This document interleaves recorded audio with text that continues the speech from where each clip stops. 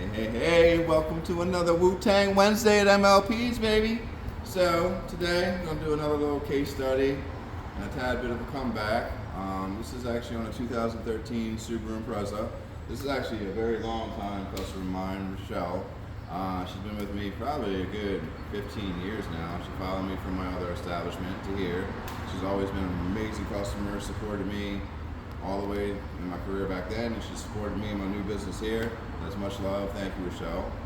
But on this vehicle, she came in saying it's kind of hard to go in the park, battery's kind of dying, this, that, and the other.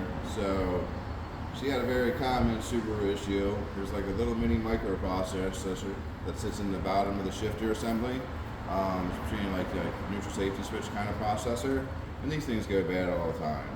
But for Subaru's not always, easy to work on. Sometimes their processors are a pain in the butt. So usually you can get a whole shifter assembly.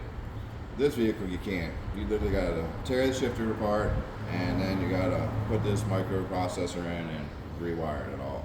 So once we got that in, this job kind of followed us tooth and nail the whole time due to what I was kind of talking about a couple weeks ago, rust. And let's go underneath the car and show you. Grab a light real fast, show you a little bit about the rust.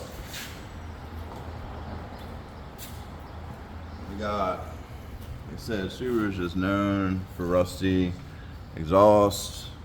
And come back here, see this rusty exhaust.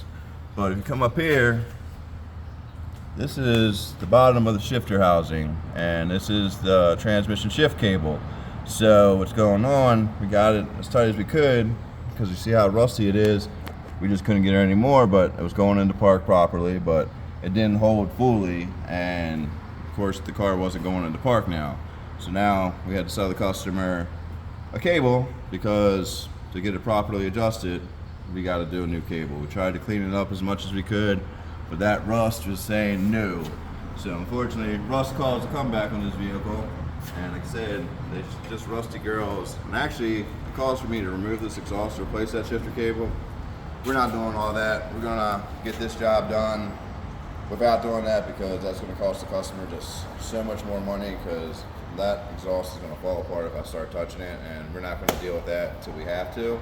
So either way, I just wanna show you another case study, another rust study, and another Wu-Tang Wednesday in the books. See you guys next week.